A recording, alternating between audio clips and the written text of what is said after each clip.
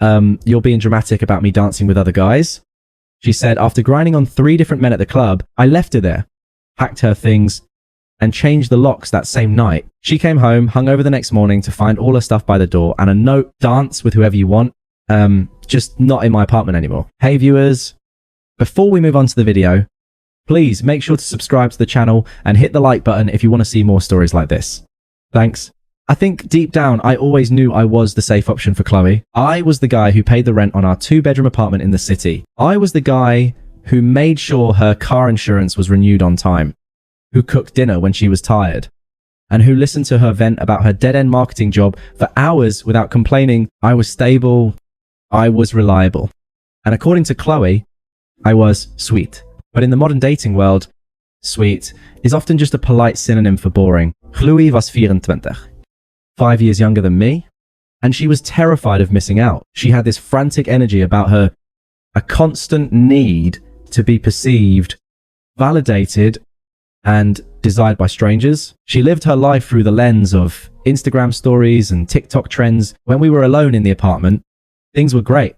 She was affectionate, funny, and grounded, but the moment we stepped into public, or the moment she got around her single friends, she shifted, she became a performer, and I was just a prop she dragged along to hold her purse while she shined. The friction had been building for months. It was small things at first. She'd post thirst traps on social media, photos of her in bikinis. I'd never seen captioned with lyrics about being untamable. When I asked her about it, she'd roll her eyes. It's just for the algorithm. Mark, you're so insecure. It's not like I'm actually doing anything with these guys in the DMs. You let it slide. I wanted to be the cool, supportive boyfriend. I didn't want to be the controlling older guy stifling her youth. I swallowed my gut instinct, which was screaming that a woman in a committed relationship shouldn't be soliciting attention from hundreds of random men. Then came Jessica. Jessica was Chloe's best friend from college, and newly single. After getting dumped by a finance bro and on a warpath to reclaim her hot girl summer in the middle of October, Jessica was toxic. She was the kind of miserable person who needed everyone around her to be miserable. Just so she didn't feel alone in her chaos. You have to come out with us tonight, Chloe said, standing in the doorway of our bathroom while I shaved. It was Friday night. I had worked a 6-0-hour week at the logistics firm. I managed all I wanted was takeout and a movie. Babe, I'm beat, I said, rinsing the razor. Can't you and Jessica just go, I trust you? No. You have to come. She weighed, putting on her puppy dog face. Jessica says, you never come out anymore. She thinks you're controlling me by keeping me at home. Plus, it's a new club downtown, VIP entry. Please, just for a few hours. I want to show you off. That was the hook. She wanted to show me off, or so she said, Isal, looking at my tired reflection in the mirror. I loved her. I really did. And I convinced myself that maybe I was being a bit of a hermit. Maybe I did need to put in more effort to fit into her world. Fine. I said, but I'm driving and we're not staying until 4:00 a.m. She squealed, hugged me tight, and ran off to get ready. She spent 2 hours on her hair and makeup. She put on a dress that was less of a garment and more of a suggestion. Tight, black, and cut dangerously low. She looked incredible, objectively. But as we walked to the car, I noticed she was already texting Jessica furiously, a smirk on her face that I couldn't quite read. I didn't know it then, but I was driving myself to my own execution. The club was called Verdict, which feels ironic in hindsight. It was exactly the kind of place I hated. Subterranean, smelling of expensive cologne and cheap desperation with bass so heavy, it rattled your teeth. The air was thick with fog and sweat. The moment we walked past the bouncer and into the main room, Chloe underwent a transformation. It was instantaneous. She dropped my hand. Her posture changed from relaxed to arched and poised. She wasn't walking. She was prowling. We met with Jessica and 2 other girls I didn't know near the bar. Jessica looked me up and down with a sneer disguised as a smile. Look who finally let himself off the leash. Jessica shouted over the music. Ha ha, I said, forcing a smile. Good to see you. Yes. Chloe didn't defend me. She just grabbed a shot of tequila from the tray Jessica was holding, threw it back, and screamed, whoa, before pulling her friends toward the dance floor. Coming, she asked me. But she was already walking away. She didn't wait for an answer. I followed them, Feeling like a chaperone at a high school prom, I stood on the edge of their circle, holding my beer, watching them dance. At first, it was fine. They were dancing with each other, laughing, taking selfies with the flash on. I relaxed a little. I nodded my head to the beat, trying to look like I was having a good time. Then the dynamic shifted. A group of guys, probably in their early 20s, wearing unbuttoned shirts and gold chains, drifted toward them. They were sharks smelling blood. Usually, this is where a girlfriend signals. I'm taken, a glance at me, a hand on my arm, a polite step back. Chloe did none of that. When a guy with bleached hair and a sleeve tattoo approached her, she didn't step back. She smiled. She flipped her hair. She turned around. So her back was to him and she started to move. I stiffened. I took a sip of my beer, tasting nothing but bile. She's just dancing. I told myself, don't be the jealous guy. Don't be the guy. Jessica says you are. But then the guy's hands went to her hips. I watched frozen as his hands settled on the waist of the woman I planned to propose to next year. And she didn't push them away. She leaned back into him. She grounded against him, matching the rhythm of the heavy bass. He leaned down and whispered something in her ear.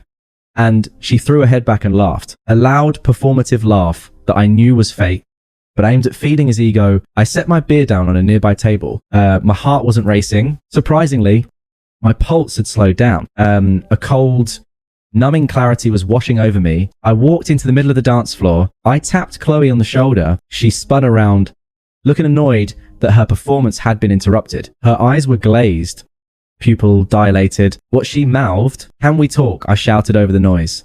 Gesturing toward the quieter area near the bar, she huffed, rolled her eyes at the guy she was grinding on, as if to say, "Can you believe this?" and followed me. When we got to the edge of the floor, I turned to her. I tried to keep my voice even.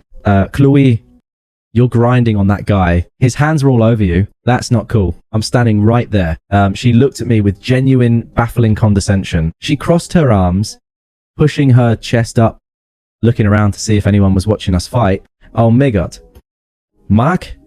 she said, her voice dripping with irritation. "We are just dancing. It's a club. That's what people do here. Why do you have to make everything so weird?" "I'm not making it weird," I said, my voice dropping an octave. "I'm asking you to respect our relationship. You're rubbing your ass against a stranger's crotch while your boyfriend watches. In what world is that okay?"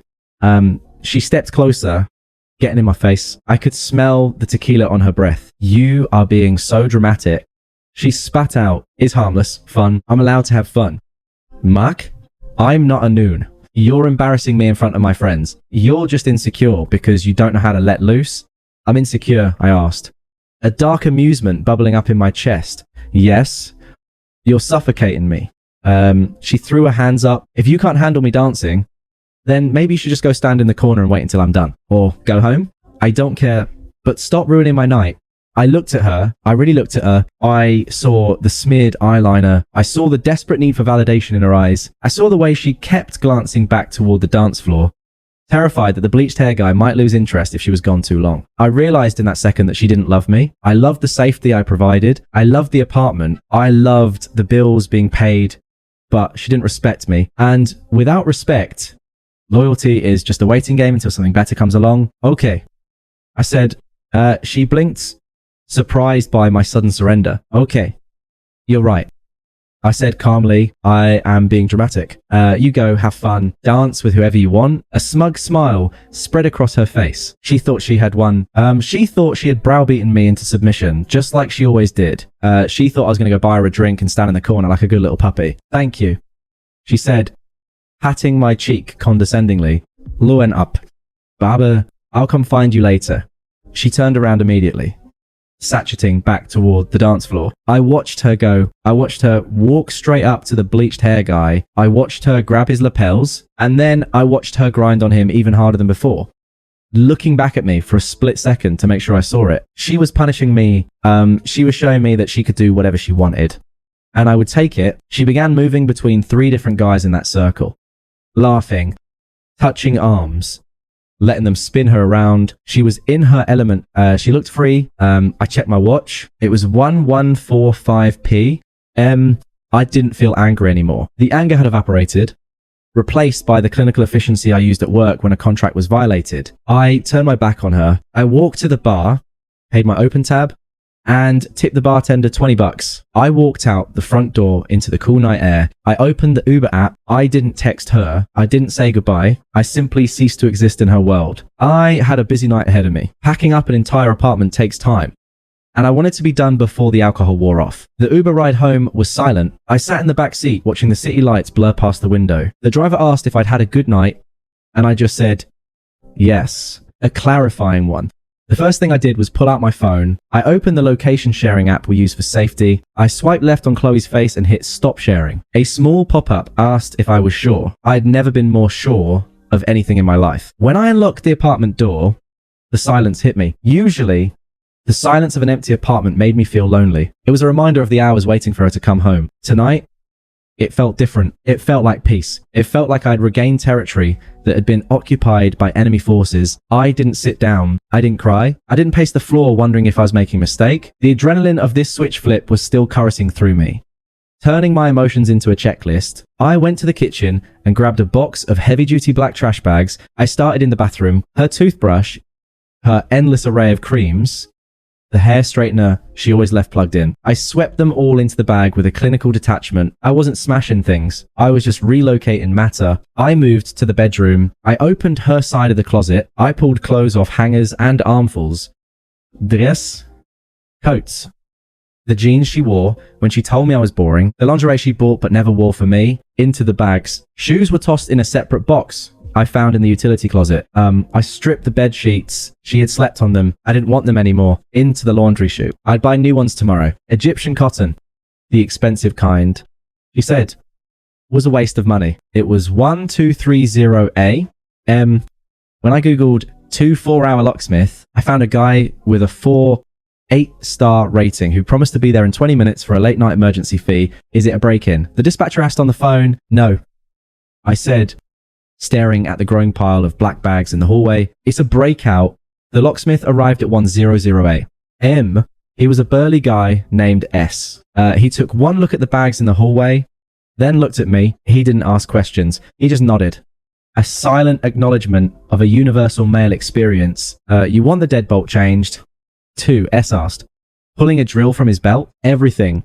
I said, I want a key that has never existed before. Tonight, while S drilled out the core of the lock, a sound that was strangely soothing, like a dentist removing a rotten tooth. I finished the packing. I moved everything into the hallway of our building. It was a secure building, so her stuff wouldn't get stolen, but it was definitely humiliating. A mountain of black trash bags, 3 cardboard boxes, and a yoga mat leaning against the wall. I went back inside and grabbed a piece of printer paper and a thick Sharpie. I thought about writing a long letter explaining why. I thought about detailing every time she made me feel small, every time she compared me to her friends, exciting boyfriends, but that would imply she deserved an explanation. That would imply this was a negotiation. I wrote 2 sentences, dance with whoever you want, just not in my apartment anymore. I taped the note to the largest bag, right at eye level. So finished up, I paid him $300. He handed me 2 shiny new keys. They felt heavy in my palm. They felt like ownership. Good luck, brother. S said as he packed up his tools. Thanks, S. I think the luck just turned.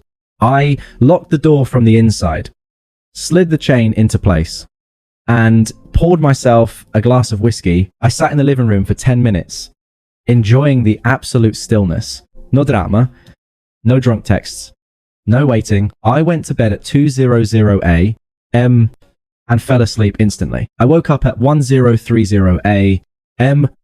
Naturally, no alarm. The sun was streaming through the blinds in a way I hadn't appreciated in months. I made a pot of coffee and scrambled some eggs. I ate breakfast at the table, listening to a podcast, completely unbothered by the fact that my ex-girlfriend was currently homeless. Atunci 15 the performance began. I heard the elevator ding in the hallway, then the heavy footsteps, then the silence, the pause where I knew she was staring at the pile of bags, then the sound of a key jamming into the lock. Scrape, jiggle, show. It didn't turn. Scrape, jiggle, jiggle. What the? I heard her mumble through the door. Then came the pounding, a fist hammering against the wood. Mark, are you in there? The key isn't working. Open the door. I took a slow sip of coffee, walked to the door, and undid the deadbolt. I opened it about 4 inches, keeping the security chain taut. Chloe was standing there in the harsh, fluorescent light of the hallway. She looked like a wreck. Her mascara was smeared down her cheeks. Her hair was a bird's nest of tangles. And she was still wearing that black dress, which now looked cheap and wrinkled in the daylight. She smelled like stale vodka and regret. She looked at me through the crack, her eyes wide with confusion and panic. Then she gestured wildly at the bags behind her. Mark? What is this? Why are my clothes in trash bags? Is this a joke? I looked her up and down. My expression, completely neutral. It's not a joke. Clue? It's a move out. A move out. She let out a hysterical, disbelief-filled laugh. Are you serious? You locked me out. I've been calling you all morning. I woke up at Jessica's and I was so worried because you just vanished. I didn't vanish. I said calmly, I left. There's a difference. You left me at the club. Shriket. Her voice cracking. Who does that? You abandoned me. You weren't abandoned. I corrected her. You were occupied. Last I saw, you had 3 guys keeping you company. I didn't want to interrupt your fun. You said I was being dramatic. Remember, her face flushed. She tried to push the door open, but the chain held firm. Marg left me in. I feel like I need a shower. We can talk about this inside. No. I said, we can't. She stared at me. The reality starting to sink in. She looked at the note taped to the bag again, reading it properly this time. Tears started to well up in her eyes. The weaponized tears she always used when she needed to get her way. Barbara, please. She whimpered, softening her voice. I was just drunk. I didn't mean anything by it. I was just dancing. You know I love you. Why are you doing this over one stupid night? It wasn't one night. I said, it was the disrespect. You looked me in the eye, told me I was embarrassing you, and then turned around to grind on another man. You made a choice. Chloe, you chose the attention of strangers over my respect. I'm sorry. She cried, wiping her nose. I'm sorry. Okay. I won't do it again. Just let me in. All my stuff is out here. My neighbors are going to see. They probably already have. I said, and you're right. All your stuff is out there. I made sure I got everything. Even the charger you left by the couch. Where am I supposed to go? She screamed. The sadness, flipping back to anger instantly. I have nowhere to go. My parents are in Florida. Jessica's couch is tiny. You can't just kick me out. I live here. You lived here? I said, using the past tense deliberately. You lived here when you were my girlfriend. But my girlfriend wouldn't treat me like a backup plan in a nightclub. So, you must not be her. You are such an... She spat, slamming her hand against the doorframe, overdancing. You are an insecure, controlling, pathetic little man. Those guys last night were right about you. There it was. The mask slipped. I smiled. It wasn't a nice smile. If they were right, and they're so great, why don't you go ask one of them if you can crash at their place? You seemed pretty comfortable with them last night. Maybe the guy with the neck tattoo has a spare room. Her mouth fell open. She didn't have a comeback for that. Goodbye. Chloe. I said, Mark? Wait. I shut the door. I threw the deadbolt. I listened for a moment. I heard her kick the door once. Then I heard the sound of her sliding down the wall, sobbing into the silence of the hallway. I walked back to the kitchen, poured another cup of coffee, and sat back down. The eggs were still warm. And for the first time in 2 years, I didn't have to wonder if I was enough. I knew I was, she was just no longer welcome to experience it. The fallout was immediate, but it didn't play out the way Chloe expected. I learnt later that she spent an hour hauling those black trash bags down to the lobby by herself, crying loudly in the hope that a neighbor would intervene and shame me into opening the door. None did. The doorman, a guy named Henry, whom I tipped, well, every Christmas, apparently watched her struggle with a detached sympathy, held the door open for her, and wished her a good day. She ended up at Jessica's place. Of course, by that evening, the smear campaign had begun. I was sitting on my couch reading a book in the blissful quiet when my phone started buzzing. It was a notification from Instagram. Chloe had blocked me, but she hadn't blocked my brother or our mutual friends. She posted a photo of herself, eyes red, mascara running, looking like the victim of a natural disaster. The caption read, thrown out on the street like garbage by the person who was supposed to love me. Narcissists always show their true colors, eventually homeless and heartbroken. but I will rise. Broken heart number, survivor number, toxisex.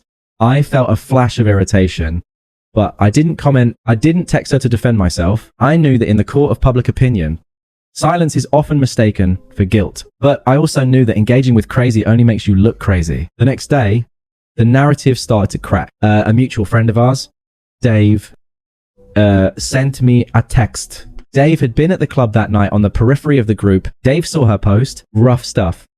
Man, but honestly, I saw what she was doing at verdict. I'm surprised you waited that long to bail. You good? Then a video surfaced. One of Jessica's friends had posted a story from the club that night, tagging Chloe. It was still up. I watched it through a burner account. It showed Chloe on the dance floor. Not just dancing, but practically climbing a guy I didn't know. She was whispering in his ear, her hand on the back of his neck, laughing in a way she hadn't laughed with me in years. I screen recorded it just in case, but I never needed to use it. The karma that hit Chloe wasn't some grand cosmic lightning bolt. It was the slow, grinding reality of adult life without a safety net. I heard through the grapevine that living with Jessica was a nightmare. Jessica was fun for a night out, but as a roommate, she was a disaster. Her apartment was a chaotic mess of dirty dishes and cat hair. There was no one to cook dinner, no one to pay for the Uber Eats, no one to fix the Wi-Fi when it went down. Chloe's freedom turned out to be expensive. Without my income covering the rent and utilities, Chloe was drowning. She worked a mid-level marketing job that barely covered her credit card minimums, let alone rent in the city. She tried to lean on the club guys. The one she claimed was so much more fun than me. She went on dates, a lot of them, but the bad boys she fetishized treated her exactly how bad boys treat desperate women. They slept with her, ghosted her, or asked her to split the bill at Applebee's. The guy with the bleached hair from that night, he apparently blocked her number after she asked if she could crash at his place for a few days. She wasn't a high-value woman to them. She was just a girl with baggage and no apartment. Meanwhile, I was flourishing. It's amazing how much money and energy you save when you aren't constantly trying to fill a bucket with a hole in the bottom. I got a promotion at work. I started going to the gym at 6:00 a.m. because I wasn't being kept awake by late night arguments. I reconnected with old friends I drifted away from because Chloe didn't like them. I was happy, and I think that's what hurt her the most. It had been 6 weeks since the locks were changed. I was walking out of my gym on a Tuesday evening, feeling the good kind of sore. The sun was setting, casting long shadows across the parking lot. I had my headphones in, listening to a playlist that didn't include any of her favorite songs. Mark, I stopped. I knew the voice, but it sounded thinner than I remembered. Chloe was leaning against the side of my car. She looked diminished. That's the only word for it. The frantic manic energy was gone. She was wearing jeans and a hoodie. Clothes that looked comfortable, but worn. She looked tired. Her roots were showing, and she wasn't wearing makeup. She looked like the girl I fell in love with 3 years ago before the social media obsession took over. For a second, I felt a pang of phantom limp pain, the instinct to ask if she was okay, to offer to help. Then I remembered the guy's hands on her waist. The switch stayed flipped. I pulled my headphones out. Khlu, you're blocking my door. I just wanted to talk, she said, her voice trembling slightly. She wasn't aggressive this time. She wasn't the girl banging on the door, screaming about entitlement. She was the girl who realized she had made a catastrophic error. There's nothing to talk about, I said, hitting the unlock button on my fob. The lights of my car flashed, illuminating her face. Please. Mark, just 5 minutes. She stepped closer, invading my personal space. I miss you. I miss us. Living with Jessica is a nightmare. I hate it. I hate my life right now. That sounds difficult, I said, my tone flat. But it has nothing to do with me. How can you say that? Tears started to spill over. We were together for 3 years. You can't just erase that because I made one mistake. I was drunk. I was stupid. I haven't had a drink since that night. I promise. She reached out and touched my arm. Her hand felt cold. I realized something. Mark, none of those guys compare to you. They're boys. You're a man. You took care of me. I took that for granted. And I am so sorry. I want to come home. I looked down at her hand on my arm. I didn't pull away violently. I just stepped back, causing her hand to drop into the empty air between us. You don't miss me. Chloe, I said, you miss the apartment. You miss the stability. You miss having someone to clean up your messes. That's not true. I love you. No. I shook my head. You don't, because if you love me, you wouldn't have humiliated me to impress strangers. You called me dramatic for asking for basic respect. You told me I was embarrassing you. I looked her dead in the eyes. I wanted her to hear this. I saw you that night. Chloe, I saw who you really are when you think there are no consequences. You advertised yourself to every man in that room. You put yourself on display like you were for sale. She flinched as if I'd slapped her. I was just... And the thing is, I interrupted, my voice calm and final. I don't buy products that offer free samples to everyone. I'm not interested in the clearance rack. Her mouth opened, but no sound came out. The brutality of the rejection, not out of anger, but out of value, stunned her. You wanted the exciting life, I said, opening my car door. You wanted the club. You wanted the guys who didn't play it safe. Now you have them. You got exactly what you asked for. Mark, please, she whispered, a desperate, broken sound. I have no one. I got into the driver's seat. I looked at her through the open window one last time. You have yourself. I said, that's what you always wanted to focus on anyway. I closed the door. I started the engine. I didn't look in the rearview mirror as I drove away. I didn't need to see her standing alone in the parking lot to know she was crying. I turned my music back up. I had a steak waiting in the fridge and a quiet, empty apartment to cook it in. It was going to be a great night. Thanks for watching. Make sure to subscribe to the channel and hit the like button. What do you think about this story? Share it in the comments.